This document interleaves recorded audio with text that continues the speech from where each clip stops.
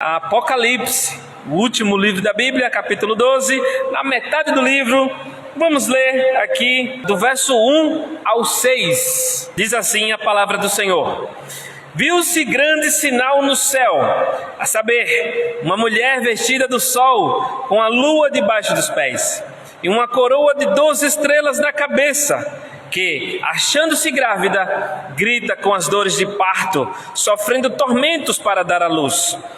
Viu-se também outro sinal no céu, e eis um dragão grande, vermelho, com 7 cabeças, 10 chifres, e nas cabeças 7 diademas. E na sua cauda, a sua cauda arrastava a terça parte das estrelas do céu, as quais lançou para a terra. E o dragão se deteve em frente da mulher, que estava para dar à luz, a fim de lhe devorar o filho quando nascesse. Nasceu-lhe, pois, um filho varão, que há de reger todas as nações, com cetro de ferro, e o seu filho foi arrebatado para Deus até ao seu trono. A mulher, porém, para que nele a sustentem durante 1260 dias. Amém. Queridos irmãos, decidimos aqui expor hoje do 1 ao 6, que não dá, tem muita coisa para se falar, apenas nesses 6 versículos. Temos muitas questões do Antigo Testamento embutidas aqui, tá certo? De modo que do 7 ao 17, né, desse capítulo 12, será exposto somente semana que vem. E tem muitas coisas, muitas questões que queremos tratar aqui nesse dia, tá certo? Capítulo 12 é o 4º ciclo de Apocalipse. Já estamos no 4º ciclo, ou seja, aqueles giros lá que a gente estava falando sempre repetindo essa mesma tecla. Qual foi o primeiro ciclo? Cristo e os candeeiros, os 7 candeeiros, né? Do capítulo 1 ao 3. Do 4 ao 7 foi Cristo, o Cordeiro, aliás, e os 7 selos, o segundo ciclo.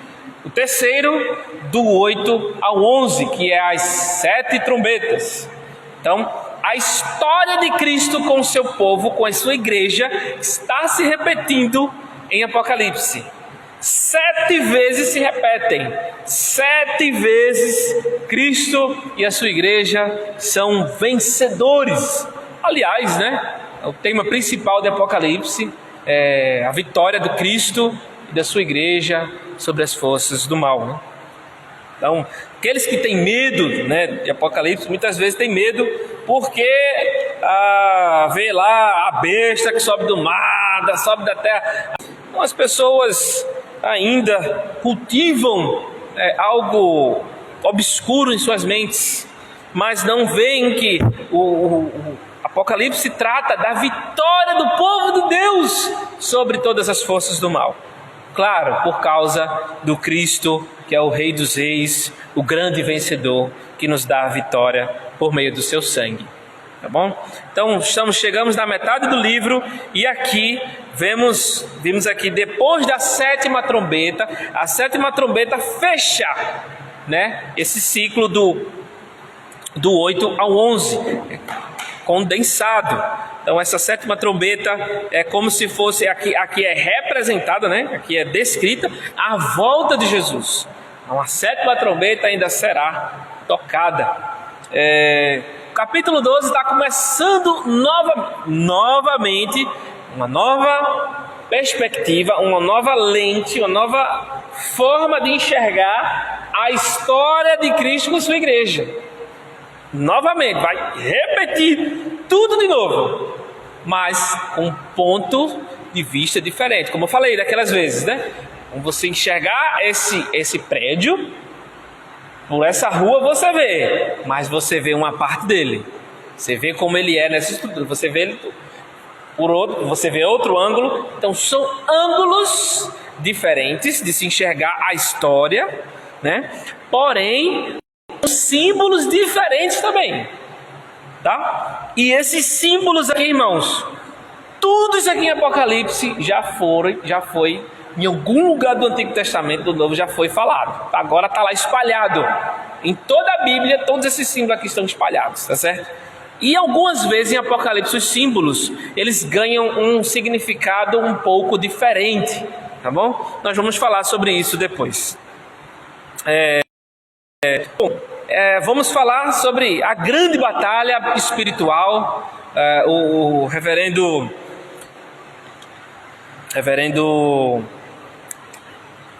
me esqueci o nome dele, toda vez nomes de pessoas. O Leandro Lima, aliás, da Igreja Presbiteriana de Santo Amaro, grande estudioso, expositor de Apocalipse, né? Ele chama isso aqui, esse capítulo de a verdadeira batalha espiritual. Eu vou chamar aqui de a grande batalha espiritual, mas seguindo toda essa questão também, tá?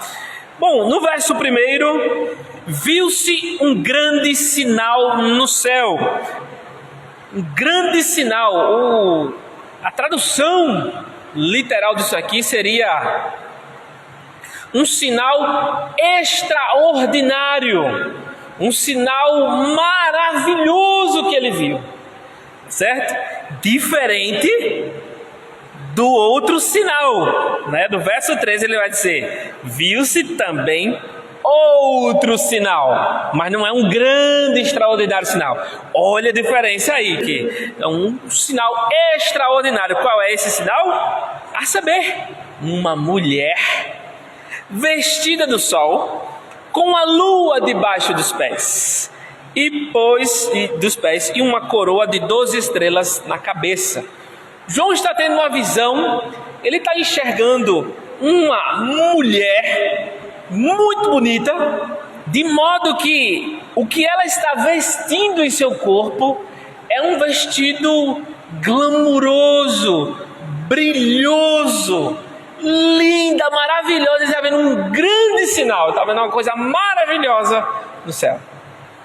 E essa mulher, ela está vestida do sol, a lua debaixo dos pés, os estrados de seus pés, né? A lua, vamos falar o que é isso depois, e uma coroa de 12 estrelas, aqueles que têm asas, que a gente vê nos desenhos animados, aí nos filmes. Não, esqueça aquele dragão ali, tem nada a ver com aquilo.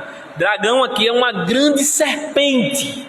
Tá? O que João tem em mente aqui é uma grande serpente, porque a palavra serpente em grego tem algumas traduções que usa o termo dragão para serpente, tá certo? Então é uma das palavras gregas para serpente, tá? E ele está vendo, é vermelho, é gigantesco, é algo colossal, é algo trambólico demais, que o texto vai dizer aqui que ele tem 10 chifres enormes, 7 cabeças, e também nas cabeças 7 diademas. Que é isso?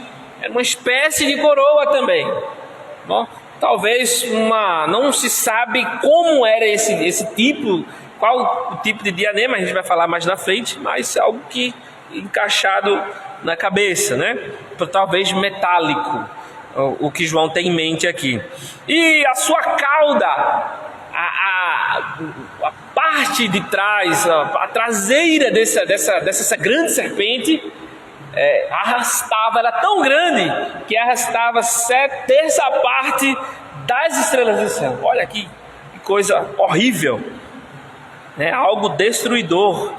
E também lançou-as na terra nessa parte, e o dragão se deteve em frente da mulher. É como se uma serpente em pé, de frente lá, aquela mulher minúscula, e ele era muito maior do que ela, esperando ela gerar aquele filho. E o filho é identificado, quem é esse filho? E ele é gerado, mas esse dragão perde a batalha e esse filho é arrebatado para Deus nos céus. Porém, essa mulher, ela foi livrada, foi para o deserto, e lá foi ser sustentada.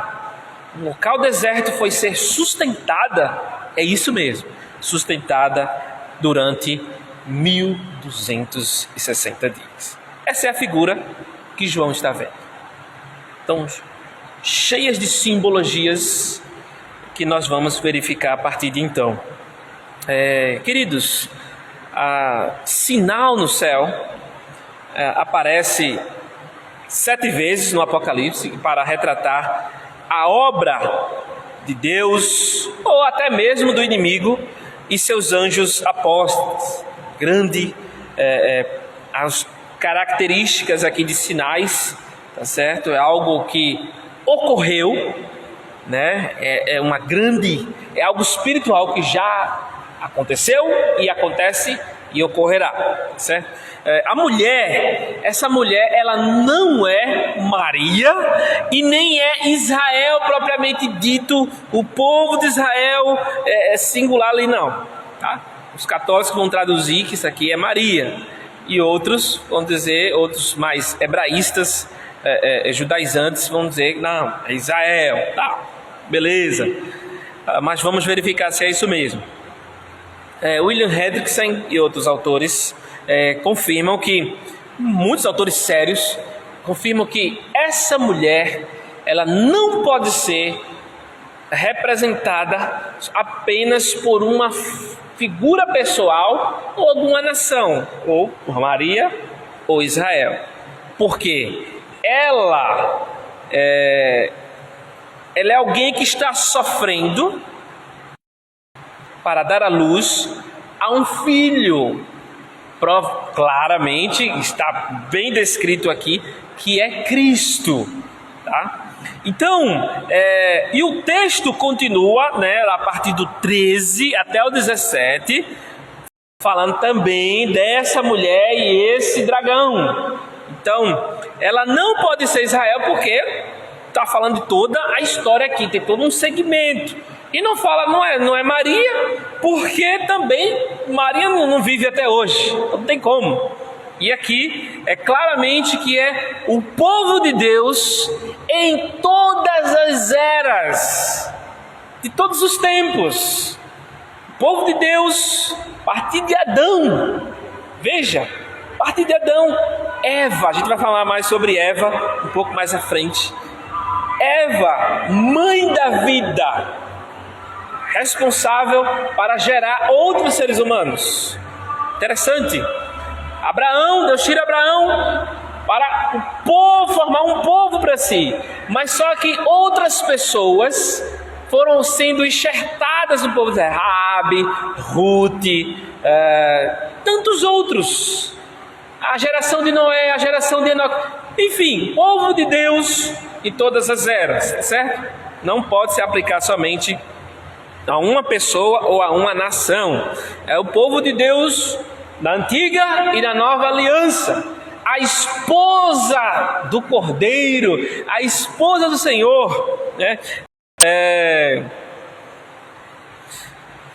Deus sempre tratou o seu povo como sua esposa. No Antigo Testamento, várias passagens, inclusive Oséias, é uma passagem mais conhecida, que Oséias casa lá, representando lá como Deus com a sua esposa Israel, né, com o seu povo. O povo era prostituto, o povo adorava outros deuses. Igualmente a esposa de Oséias o traíra, né? E assim, definindo isso, irmãos, vestida do sol. Vestida do sol, é interessante que tem uma linguagem lá do Salmo 104, versos 1 e 2, que diz assim: bendize a minha alma ao Senhor, Senhor Deus meu, tu és magnificentíssimo, estás vestido de glória e de majestade, ele se cobre de luz como de um manto ou um vestido, estende os céus como uma cortina. O Salmo mostra que ser vestido de luz ou do sol implica em reinado, majestade. Portanto, é figura da esposa ideal, da esposa majestosa, da esposa de um rei. As esposas dos reis na época eram mulheres bonitas, que se vestiam bem, que os reis faziam questão, né, da primeira dama, de mostrá-la, aquela coisa toda, aquele glamour que o rei tinha, também as esposas tinham. No caso, a esposa, a primeira dama, no caso, se refere, né? Então, é uma figura de linda e maravilhosa por causa do Senhor. Essa luz, esse vestido do sol, é porque o Senhor é que alumia a sua vida, dessa esposa. O povo de Deus, através de sua palavra, reflete a sua radiância para dispersar as trevas no mundo. Ou seja, essa esposa ideal, aqui que está, ela mostra que todos nós, como povo de Deus, precisamos ser essa luz que irradia as trevas. Se você acende somente uma lâmpada desse local, se pudesse, né, de uma por uma, ela vai iluminar uma parte, mas o restante vai estar meio que ainda na escuridão. Aí você acende a outra, de modo que todas as luzes acesas, todo o povo de Deus sendo luz, as trevas, a escuridão não tem espaço. A escuridão não existe. O que existe é a luz. O próprio Albert Einstein, cientista muito renomado aí no meio secular, ele que descobriu, né, que a luz é que existe, a escuridão não. Interessante, né? Então, nosso Deus, ele é luz própria, e assim ele sempre existiu, e a sua luz ele transmite para nós, como o sol para a lua, né? E assim somos responsáveis por irradiar na vida das pessoas a luz do resplendor da glória de Deus, de modo que as pessoas possam olhar assim: poxa, realmente esse pessoal aí, crente, é de Deus. Que as pessoas lá no seu trabalho, lá na faculdade, lá na sua vizinhança, vê a luz de Cristo e chegar para você: irmã, ore por mim. Quando chega a esse ponto, então quer dizer que realmente ela reconhece que Cristo está em você, que a luz do Senhor radia, e precisamos ser essa luz que dissipa as trevas do pecado. Precisamos ser luz.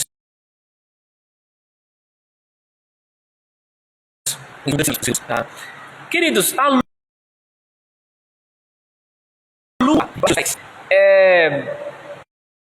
lua, né, é beleza, é realeza, glória. No Antigo Testamento tem alguns versos de Cantares 6:10, Isaías 24:23, Isaías 30:26.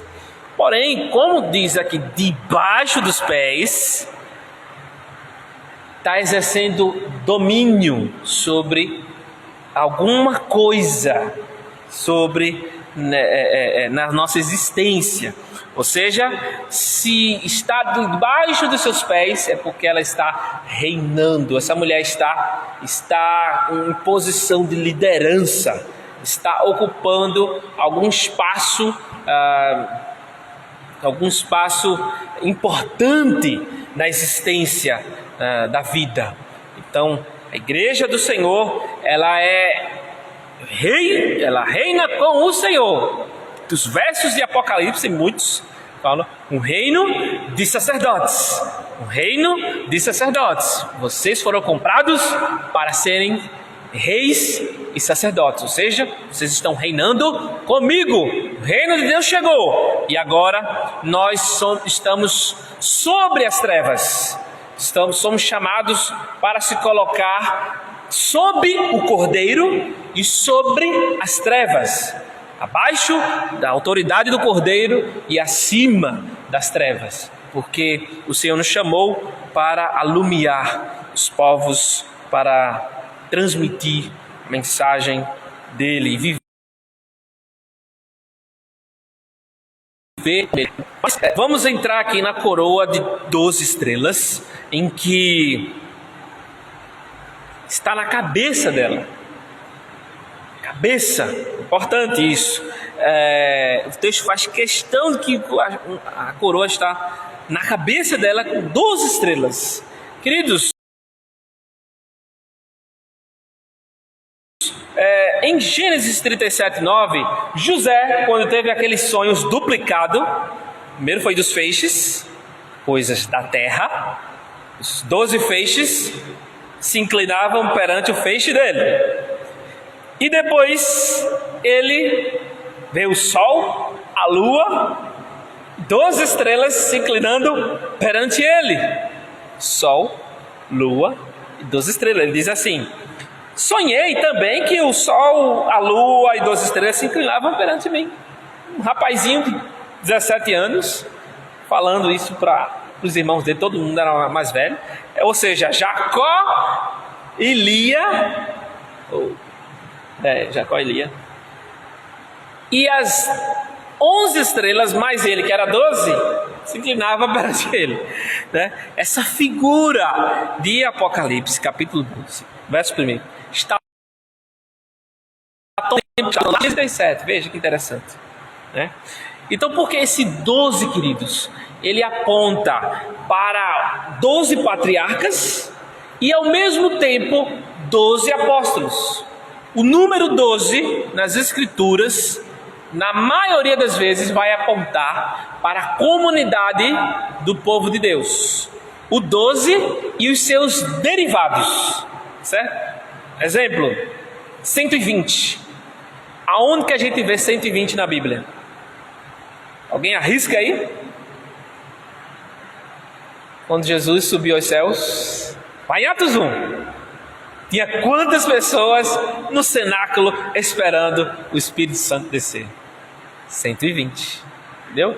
Então, 120, número de comunidade, 12 e por aí vai, certo? Então, 12 tribos, 12 patriarcas, 12 apóstolos, por aí vai. O número 12 sempre vai apontar para o povo de Deus reunido, o povo de Deus, a comunidade do povo de Deus. Também o número 12 é uma descrição, né? Como a gente já viu. E a coroa em si, ela já simboliza algo que é muito óbvio. Alguém que foi coroado é alguém que venceu. No mundo antigo, né? Quem que recebe alguma coroa. Então nós vemos nas escrituras, né? A coroa receberei, a coroa da justiça. Enfim, a coroa é símbolo de que ela é mais que vencedor. O povo de Deus é mais do que vencedor, porque entra em duelo contra as forças do mal. E quem são essas forças do mal? O pecado, o diabo, a morte, o inferno, o sistema maligno deste mundo. Enfim, estamos cercados de inimigos. Então, por isso, somos mais do que vencedores por meio de Cristo Jesus. Sempre por causa de Cristo. Tá? Então, e ela, no verso 2, diz que ela está grávida. E está gritando com dores de parto, sofrendo tormentos para dar à luz. Grávida, sofrendo com dores de parto e sofrendo tormentos. 3 vezes.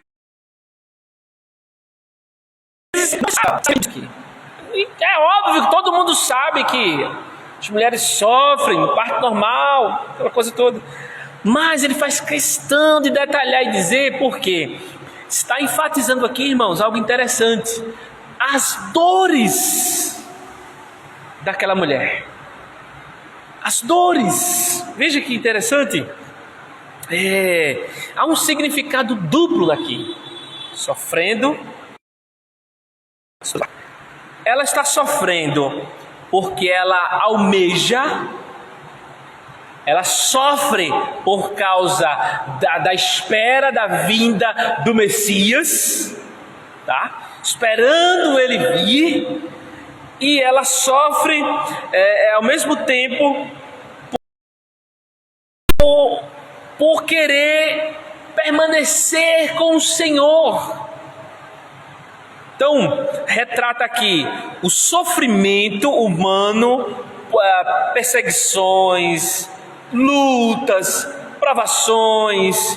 Lembra lá que Jesus falou que o princípio das dores,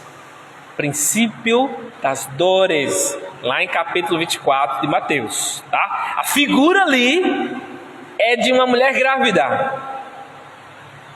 Este é o princípio das dores, mas ainda não é o fim, tá? Então tem uma questão dupla aqui, tá? O povo de Deus sofrendo por causa de esperar por Cristo, né? E também para a geração aqui, para gerar o Messias, para trazer o Messias ao mundo. No caso aqui, povo de Israel no passado, e nós no futuro, as dores de parto, né, que nós sofremos por permanecer, sofrendo tormentos, porque estamos querendo fazer questão. Somos brutalmente perseguidos pelas forças do maligno. Adiante é usada para Israel trazer sem sucesso a salvação à terra. Está lá descrito em Isaías 26:18, que a gente já descreveu aqui. Alguns exemplos na história em que podemos verificar esse tormento, para, ao mesmo tempo que permanece em Deus, esperando pelo Messias, e para gerar o Messias. Caim persegue quem? Abel. Abel seria aquele que viria a geração piedosa, mas não veio por Abel. Veio por quem? Pelo outro irmão, Sete. Veio por Sete. O diabo tentando a todo custo acabar com o povo de Deus. A geração de Sete gera quem? Aquela descendência piedosa. Enoque foi tomado para si. E chega em Noé. E de Noé, a geração de Noé que permaneceu, os semitas. E por aí foi. Dos semitas, chega em Abraão. De Abraão, 12 patriarcas. Dos 12, o quarto filho é o Judá. 4, a Bíblia quase sempre vai apontar para terra. É o quarto filho, terra, gerando essa descendência terrena, que ao mesmo tempo o Senhor já estaria acrescentando uma descendência celestial, convertida, espiritualmente falando, que seriam os filhos de Abraão, filhos espirituais, aqueles que estariam abraçando a causa do Senhor, sendo eleitos pelo Senhor. Os filhos do Senhor de vários povos, além de muita gente que havia em Israel eleita também. E aí, por aí vai. Nós vemos Ismael perseguindo Isaac, nós vemos Egito perseguindo Israel, querendo destruir completamente o povo de Deus. Amã, uma amalequita, queria destruir Esther, Mardoqueu e todo o povo de Deus. Interessante, né? Então o povo de Deus foi sempre preservado. O Senhor espiritualmente preservou o seu povo ao longo da sua história. E assim, essas dores de parto, esses dois grandes significados. Um de trazer o Messias, que já foi cumprido, e também continua. É como se estivéssemos sofrendo tormentos. E que agora esperamos aí o Messias retornar, buscar sua igreja. O outro sinal, o grande dragão. Irmãos, no verso 3, como eu falei no início, diferente do primeiro. O primeiro é um grande sinal, o 3 é o outro sinal. Olha as expressões. A expressão grega para grande sinal é mega.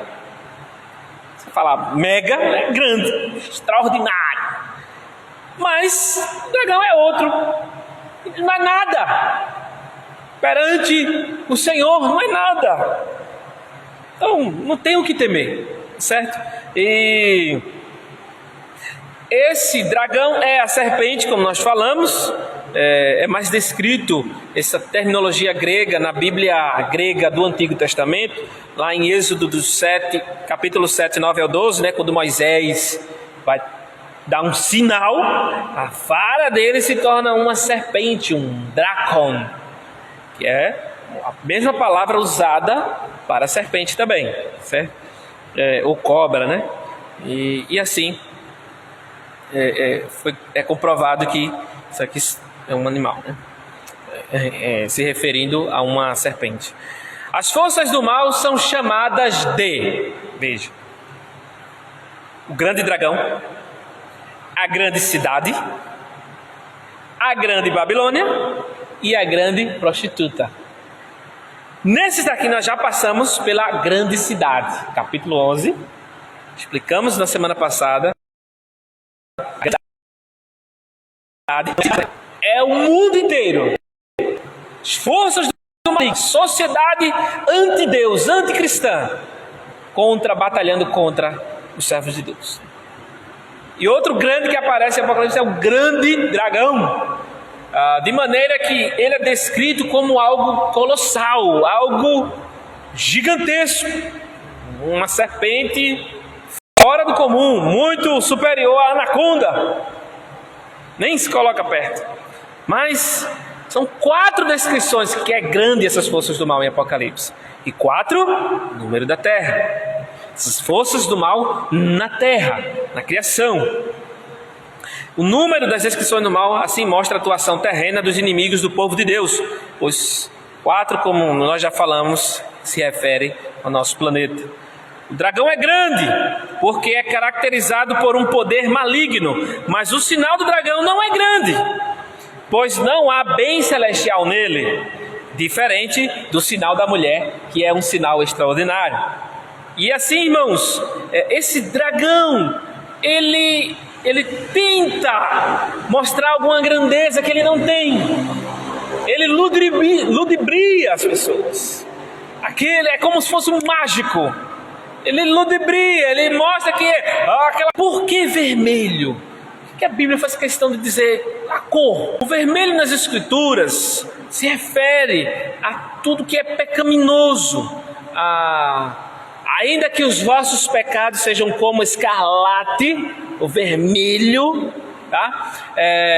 Também o cavaleiro vermelho, de Apocalipse 6, que com ele a morte o segue, o inferno o segue, e por onde ele passa devasta tudo, tem sangue, espada, aquela coisa toda.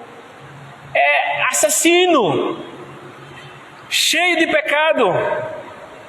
Ou seja, representa Satanás matando o povo de Deus, matando o corpo. Como o cavalo vermelho, né, em 6,4, o derramamento de sangue dos santos. Em Apocalipse, vários derramamentos de sangue que ainda vamos passar, tá certo? Derramamento de sangue dos santos pelos seguidores de Satanás. Jesus chamou Satanás de homicida desde o princípio. Está lá em João 8,44. Que lá que diz que é o pai da mentira, né? E ele foi homicida desde o princípio, porque ele não há verdade alguma e tal.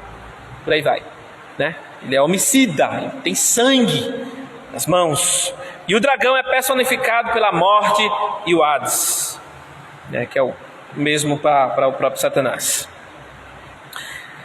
Ele também é descrito, irmãos, com algo que tem 7 cabeças, 10 chifres, e nas cabeças 7 diademas.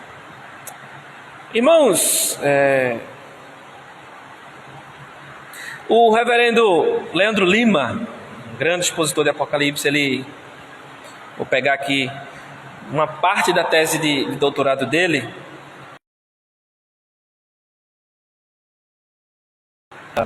No Apocalipse 2:10, 2:10 e 9:16, 10 é o número associado e as atividades malignas. Assim, embora o número de cabeças seja 7, o número de chifres que aponta para o poder desses monstros, na língua hebraica, chifre e poder são a mesma palavra, exatamente, que é o 10. O domínio é universal, mas o poder não é descrito com o número da perfeição, e sim com o número 10, ou seja, a origem do poder é maligna, quer estar sobre, a origem quer estar sobre o poder de Deus. A interpretação dos 10 chifres da besta é dada mais tarde no próprio Apocalipse. Os 10 chifres que viste são 10 reis, os quais ainda não receberam reino, mas recebem autoridade como reis, como a besta, durante 1 hora. Está lá em Apocalipse 17:12. Portanto, é um símbolo do poder humano potencializado por Satanás para perseguir a igreja. Todo esse jogo de números aqui, queridos, também é explicado mais para frente em Apocalipse, tá certo? Os poderes malignos, esse engano, essa vontade que ele tem de dominar o mundo, de dominar o universo, de dominar tudo para ele. Ele quer usurpar, aí utiliza esses artifícios de 10, 7, tudo querendo imitar o próprio Cristo, o próprio Deus, o Cordeiro. Diz em Apocalipse capítulo 5, tem 7 chifres. Ou seja, poder completo. Satanás também quer esse poder completo. Ele almeja isso. À toa que ele caiu na terra, foi expulso do céu por causa disso. É a pretensão do dragão de exercer domínio sobre a terra. É a pretensão dele. Tudo que ele quer é domínio. Então, é a grande imitação de Satanás das verdadeiras coroas de Cristo. Sabe o príncipe deste mundo? O príncipe do poder do ar e o Deus deste século. Está lá descrito, em João 12:31, Jesus fala o príncipe deste mundo, o príncipe do ar, Efésios 2:2, e o Deus deste século em 2 Coríntios 4:4. Seu império é temporário, finito e, no final das contas, ilusório. Quando o homem pecou no Éden, o homem tinha o governo, o homem foi criado para o governo, todos os povos, todos os animais, cuidar da terra, por aí vai. O homem peca, esse poder de domínio passado para o inimigo. E ele, tentando destruir o povo de Deus ao longo da história, mas ele mesmo diz ao próprio Jesus, lá em Lucas, na tentação de Jesus, que a mim te dou todos esses reinos do mundo, porque a mim me foi entregue, se prostrado me adorares. Queridos, quando Satanás fala isso, não quer dizer que tudo é dele, certo? Muito cuidado com isso. É do diabo, isso é do diabo. Não, calma aí. Quando se diz o domínio, é o sistema universal deste mundo. Todo o sistema deste mundo está corrompido. Qualquer instituição que você pensar está corrompido. Polícia Federal, corrompido. Autoridades governamentais, corrompido. Comércio, corrompido. Não tem para onde você olhar, não tem nada corrompido, tudo corrompido. Tem para onde correr. E olhe lá, não vai acabar não, viu? Pense que você é o salvador do mundo. O que você tem que fazer é você ser a diferença, ser contrário a esse sistema maligno. Aí sim, ser cristão, tá? Então, muitas questões, Não quer dizer que é certo, né? Ah, não, todo mundo faz. Todo mundo pula a catraca do metrô, ninguém paga. Todo mundo usa aí o INSS aí. Só casou lá. Tem uma herança, né, Jéssica? A gente ficou sabendo de alguns casos. Meu Deus do céu, que situação. Os crentes, infelizmente, não caso, eu não vou casar porque eu recebo uma pensão. Aí está com a pessoa há 30 anos e não larga a pensão, não deixa o pecado por causa da vantagem do sistema pecaminoso deste mundo. Para receber dinheiro. Oxe, eu vou deixar de receber? Vou casar para quê? Vou deixar de receber? Porque o pecado é assim, queridos, ele se apresenta vantajoso, mas ele lhe consome, e a pessoa é morta espiritualmente. Ela vai para tudo que é igreja, vai para a viagem missionária, mas morta em pecados. São situações, queridos. Então, essas coisas faz parte do sistema maligno, e a gente está servindo a Satanás desse jeito, está debaixo da autoridade dele. Acha que está servindo a Cristo, mas está com o coração escancarado e aberto para a iniquidade. Então, ele tem todo o direito de dominar as pessoas. O domínio de Satanás é no coração daquele que é dominado pelo pecado. Se a gente se submete a Cristo, jamais. Vários textos bíblicos dizem: o maligno não lhe toca. Sabe o que isso quer dizer? Não quer dizer que a gente não vai morrer, não vai pegar doença. Cuidado com esse pessoal aí. A gente não vai perder a essencialidade, a graça, a comunhão com Cristo. Se estamos nele, ele nos assegura e nos sustenta. E isso é o maligno não lhe toca. Tá? Então, o Senhor nos preserva. E assim, meus irmãos, esse sistema que ele domina, o que Cristo conquistou, vamos falar mais para frente, né? Domínio universal. Porém, debaixo do pecado, Satanás tem essa, não sei se dizer uma palavra correta, autonomia, para agir no coração de todos os seus seguidores, tá? Por aí. Mas ele não é nada, viu, irmãos? Perante Cristo, ele não é nada. Tem algumas imagens na internet, né? Apocalipse e tal. No livro de Apocalipse, os irmãos perceberam que eu não estou utilizando imagem nenhuma, porque eu não quero que os irmãos fiquem pensando naquela imagem, naquela representação simbólica. Eu quero que os irmãos entendam que é uma simbologia. Eu poderia botar os slides, uma mulher vestida do sol, do Satanás lá, um dragão. E qualquer representação de dragão vai ser aquele com asa. Aí não dá para utilizar as imagens. Está entendendo? Então, é melhor ficar sem e aproveitar e interpretar as escrituras.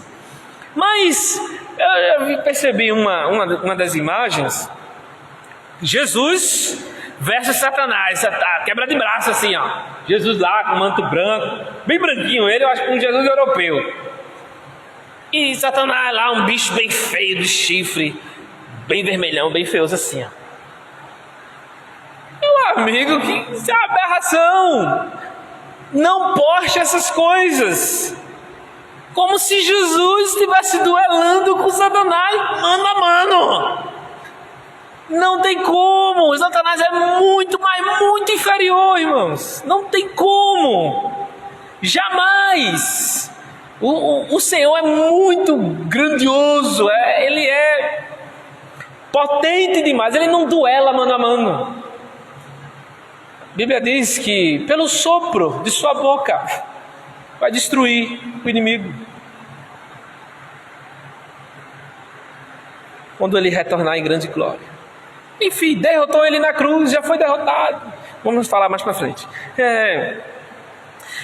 Então, o anjo interpreta para João o significado das 7 cabeças, 10 chifres, dizendo que lá em Apocalipse 19, 17, 9 e 10, ele diz: as 7 cabeças são 7 montes sobre os quais a mulher se assenta, que aí lá é a meretriz, a grande Babilônia, né? Mais para frente, né? E são 7 reis. Essas cabeças fornecem liderança em seus respectivos reinos. Isto é, o número 7 significa controle completo. Toda essa descrição aqui é porque ele quer o controle completo mundial. Às vezes fica um monte de gente especulando por aí. Se você vê na internet, e até no seminário, quando estava fazendo seminário outra vez, só não, tá, isso aqui é o Papa que um número fez um marabalismo lá que deu 666. Poxa! E na época saiu o Bento XVI. Porque o texto diz, né, tanto em Daniel e Apocalipse, e um deles, um já não é, e o outro virá. Eita, ele quem é o atual agora? É o argentino, né? O Papa argentino. Aí é essa é a besta. Você é um besta, rapaz, deixa de conversa. Eu não gosto dessas especulações, fuja dessas loucas especulações. É para ganhar likes e views e compartilhamentos, viu? Esse pessoal aí, gritando aí na internet. E é muita gente seguindo. É muita gente acreditando em tudo. Muito complicado, irmãos. Então vamos ficar com a Bíblia e não ficar especulando. Porque esses textos aqui têm relevância para os leitores também. Então, teve gente que já disse que Cavaleiro Branco lá é a ONU. Onde que João está pensando na ONU? Onde que o povo está pensando na ONU? Não! Pelo amor de Deus! Não. Muitos cálculos malucos, já vi tanto, gente. Já vi tanto cálculo maluco. Isso aqui é o... Tá vendo? Aí fica fazendo comparações absurdas. Eita, quando for no capítulo 13 eu vou falar, né? Tá tudo doido, falar a besta do mar, a besta da terra, sinal, né? Sinal da testa, tá tudo doido pra saber, né? Nisso aí, ó, deixa eu adiantar alguma coisinha. Teve um camarada que pastor aí, ele disse assim, muitos views e likes, viu? Eu fico vendo essas coisas pra ver os tamanhos absurdos que o povo tá ouvindo, que a maioria está ouvindo por aí. Ele disse assim, você percebeu que a aferição da temperatura era da testa? E depois a aferição passou para onde? Já pensou, irmãos? A aferição da temperatura era da testa. Aí agora na mão. Ai, gente, cuidado com essas especulações. Cuidado, fuja disso aí. Já disse que é a marca da besta, irmão. Pelo amor de Deus.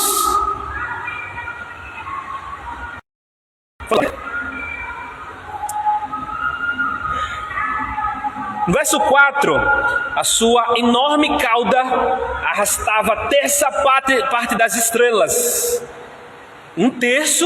Terça parte, 33,3%. Por aí, né?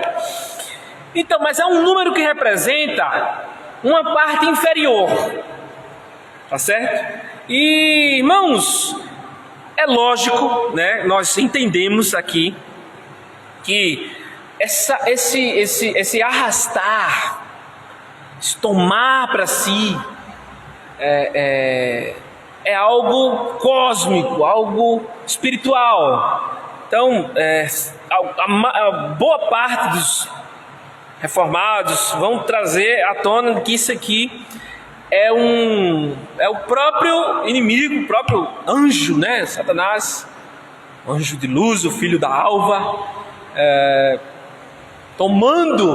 convencendo os outros anjos, uma parte deles, a segui-lo. E aí arrasta para onde? Para a terra. Eles caem na terra. Não é no inferno, como alguns falam por aí, que o demônio está lá com o tridente cutucando as pessoas. Vamos ver né? Tem muitas besterol que a gente ouve por aí, irmãos. É o evangelho popular, que se espalha rapidamente, sem base bíblica nenhuma. Jesus diz que o inferno é preparado para o diabo e seus anjos. Punição. E que alguns falam, Jesus foi no inferno tomar a chave. Oh meu Deus, Satanás não tem domínio nenhum no inferno não. O lugar dos mortos é Deus que lança lá, é punição. Enfim, nós vamos falar sobre isso mais depois, né? Em outras ministrações. Então, Satanás, como um anjo líder, uma rebelião pecaminosa contra Deus, ou seja, obteve uma parte inferior dos seguidores, ou seja, de 100, né?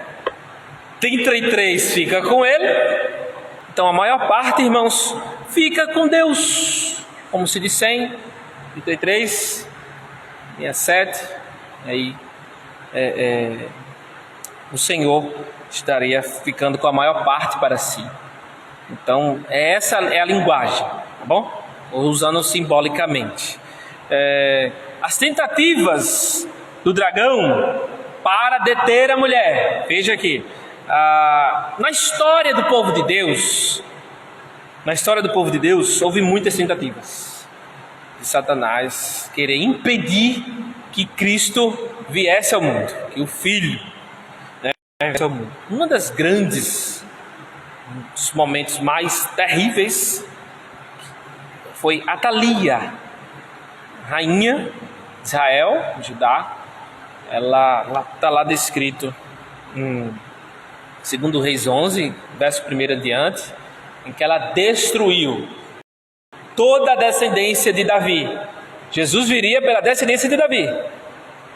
Atalia destruiu. Mas alguém raptou um dos meninos lá, um dos filhos lá da casa. Era o Joás. O Senhor preservou a linhagem, né? O Senhor preservou. Tentou impedir. Amã tentou destruir o povo de Deus. E por último, né? Herodes. Jesus nasce em Belém. Os magos lá. E aqueles Herodes. Quem é esse que nasceu? Quem é esse? Um rei. Aí, pelos cálculos, já fazem 2 anos que esse rei nasceu. Então, vamos matar os meninos de 2 anos para baixo. Uma grande matança de crianças. Genocídio infantil. Porque ele não queria perder o trono. Ele achava que o trono do Messias seria físico. A inveja dele, o medo dele do Messias. Herodes o Grande cometeu esse grande crime. Mas Satanás foi derrotado mais uma vez. E ali não se achou mais o seu lugar. E assim, irmãos,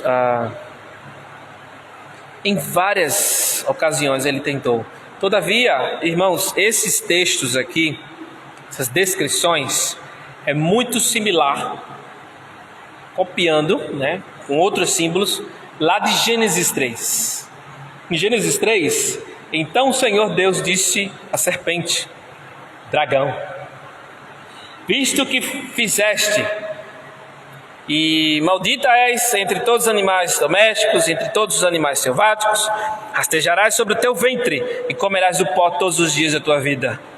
Porém, inimizade entre ti e a mulher, entre a sua descendência, os seguidores dele, e o seu descendente. O descendente é o da mulher. Esse descendente da mulher é Cristo. Não está falando da descendência do povo de Deus. Está falando de Cristo, porque é por Cristo que todo o povo de Deus, né, é abençoado. E o seu descendente. Este te ferirá a cabeça e tu lhe ferirás o calcanhar. E assim, irmãos, ele mostra grandemente que há similaridade dessas passagens. E diz para a mulher que multiplicarei grandemente a tua dor e o teu sofrimento. Veja que essa toda essa circunstância que ocorre em Gênesis é figuradamente repetida em Apocalipse. Povo de Deus sofrendo ao longo das épocas, devido a se firmar no Senhor, tá? E em meio às dores darás à luz a filhos, e o teu desejo será para o teu marido, e ele te governará. Também acontece isso com a igreja. A igreja precisa do marido do Senhor, e ele governa também o nosso coração. Mas isso aqui é lógico, né, também se refere ao casamento, né, família, também, certo? Mas em Apocalipse ganha uma conotação interessante também, né? No verso 5, queridos, um filho homem, Jesus Cristo, cordeiro, macho, novo em idade, é um filho varão. A serpente está lá dentro da mulher, em pé, aquela serpente enorme, aquele dragão, né? Está lá, aguardando a última tentativa de tragar aquele filho, tudo que ele queria, tragar o Messias. E nós já falamos, né? O desapontamento, as derrotas de Satanás. Foi derrotado mais uma vez. Mas esse filho, quando diz aqui macho, varão, já está dizendo, apontando para sacrifício. Entendendo? Porque o sacrifício tinha que ser um macho e um humano, tal, um cordeiro, aquela coisa toda. E aqui já está mostrando isso. Então, por trás desse texto está o nascimento, vida, morte, sepultamento, ressurreição, ascensão, glorificação, exaltação, coroação de Cristo Jesus. Tudo isso aqui, resumido. Está vendo que Apocalipse está falando de Cristo, sua história o tempo todo? Foca nele, no seu povo, certo? E diz aqui que o filho varão que há de reger todas as nações com um cetro de ferro, e o seu filho foi arrebatado para Deus até ao seu trono. Seu filho foi arrebatado para Deus, né? Ascensão, glorificação. Então, irmãos, está mostrando que esse reger com cetro de ferro, os reis da antiguidade, em vários povos, entre os sumérios, os caldeus, egípcios, árabes e tantos outros povos, os reis, medo, persa, grego, usavam uma espécie de vara.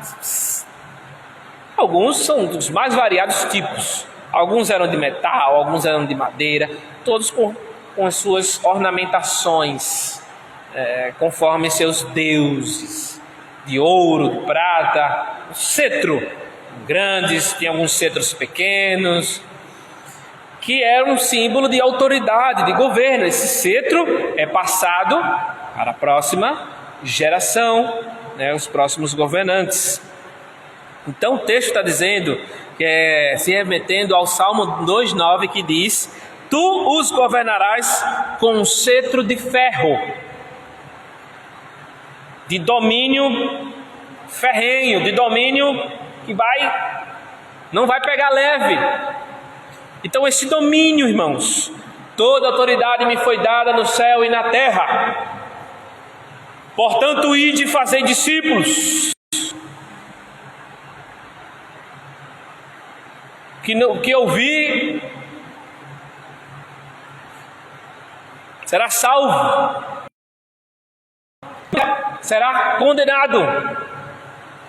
Lá em Marcos diz, e aí mostra o cetro de ferro do Senhor sobre as nações. Não é um reino futuro, como alguns comentam, argumentam. Não é um reino futuro, é um reino que já existe. Cristo governa, o cetro de ferro, e o bebê aqui mostrando que ele há de reger, depois que nascesse, fosse levado, iria dominar tudo, vara de ferro. E ele implica a todos quantos se insurgem contra ele, ele. Quem se levanta contra ele, ele também os abate, estabelece, remove reis, né? Ele é o pastor que cuida de suas ovelhas e as protege do mal. Esse mesmo cetro é contra os ímpios para afastar os maus, e protege também suas ovelhas para permanecerem firmes nele. Não é proteger da morte física, mas sim de afastamento espiritual. Protegê-las para permanecerem juntamente com ele. E pode ver que ele foi arrebatado, levado para o trono. Então, já está dizendo tudo, né? A coroação do Senhor. E aí, no verso 6, a mulher vai para o deserto. A mulher, porém, fugiu para o deserto, onde lhe havia Deus preparado lugar para o que nele a sustentem durante 1260 dias. Irmãos, todavia, lá em Oséias 2,14 diz assim: todavia eu a atrairei e levarei para o deserto e lhe falarei ao coração. Deserto, queridos, povo de Deus, deserto tem esse significado de teste, provação, conforto e proteção. Deserto é uma imagem utilizada muitas vezes no Antigo e Novo Testamento. Exemplo, né? A grande imagem de deserto que nós temos no Antigo Testamento é povo de Deus peregrinando durante 40 anos. E o mesmo povo de Deus foi o quê? Sustentado no deserto. Interessante, né? A fuga de Elias foi para onde? Deserto. Está lá em 1 Reis 19, 3-8. E a peregrinação de João Batista no deserto da Judéia. Ele viveu no deserto também, ali próximo, né, do Rio Jordão, nos desertos da Judéia. Está lá em Lucas 1,80. A peregrinação, Paulo também gastou tempo em um deserto na Arábia, lá em Gálatas 1, 17 e 18. Enfim, 3 fatores emergem do tempo gasto em um deserto. A pessoa é completamente dependente de Deus para a provisão material e espiritual das necessidades da vida. Deserto. Dependência total de Deus. O deserto é sempre um lugar temporário. O deserto é um lugar onde Deus treina espiritualmente o seu povo e o prepara para o serviço. Todas as passagens bíblicas que vemos o povo de Deus no deserto. Moisés ficou no deserto 40 anos também, antes de pastorear o povo de Deus, dos 40 aos 80. Preparo, deserto significa isso, provação, preparo para algo que virá. Tá bom? E nesse mesmo deserto, o Senhor sustenta a sua igreja. A sua igreja é como se estivesse, o povo de Deus é como se estivesse vivendo num grande deserto da vida, em que o Senhor é a sua provisão. O Senhor é que nos sustenta, que nos alimenta, que nos mantém firmes nele, que nos mantém de pé, que nos mantém nos seus princípios. O Senhor está nos ensinando, porque nós somos teimosos. Nós precisamos do sol quente batendo na nossa mente. Nós precisamos do calor, do ardor. Nós precisamos, muitas vezes, que falte algumas coisas, mas nunca falta o necessário. Nunca falta o essencial. E assim, irmãos, nós vemos que durante 1260 dias, que é isso? É a duração, a gente já falou na semana passada, a duração do povo de Deus, né? A duração entre a primeira e a segunda vinda de Jesus. Essa meia semana, lá das 70 semanas de Daniel, estamos na última. Então essa meia semana significa esses 1260 dias, o que é igual a um tempo, 2 tempos e metade de um tempo, que a gente já viu em Apocalipse. Também 3 anos e meio, 3 dias e meio, 42 meses, é a mesma expressão usada para esse tipo, essa linguagem, é uma linguagem figurada, certo? Para entender que os últimos dias é representado em uma semana. Nós estamos caminhando para metade da semana. Surgiu o anticristo e o fim do fim. E os dias abreviados serão o restante da semana, que são dias curtos, ou seja, poucos dias. Enquanto esses 3 anos e meio, esses 3 dias e meio, esses 42 meses, está durando mais de 2000 anos, o restante, quando o surgimento do anticristo, vai durar poucos dias, tá? Ninguém pode especular nada. Alguns levam literalmente, viu? Que o anticristo vai surgir, aí vai ter 3 anos e meio de paz e depois mais 3 anos e meio de tribulação. Sei lá o quê. Então, é simbólico, queridos, é simbólico. Então, havia tanta especulação, tanta loucura. E assim, queridos, finalizando aqui, falando em deserto, a gente já passou pelo capítulo 7. No capítulo 7, verso 16, diz assim: jamais terão fome, nunca mais terão sede, não cairá sobre eles o sol, nem ardor algum. Essa figura de linguagem é como se alguém estivesse aonde? No deserto. Fome, sede, ardor do sol e o ardor causado pelo sol na terra. Estamos atravessando o deserto. E o Senhor é aquele que sustenta a nossa vida. Mesmo que falte qualquer outra coisa, mas não falta a vida dele, a comunhão com ele, a vida com Cristo. Bom, mesmo que eu perca tudo, mas estando com Cristo, tá bom demais.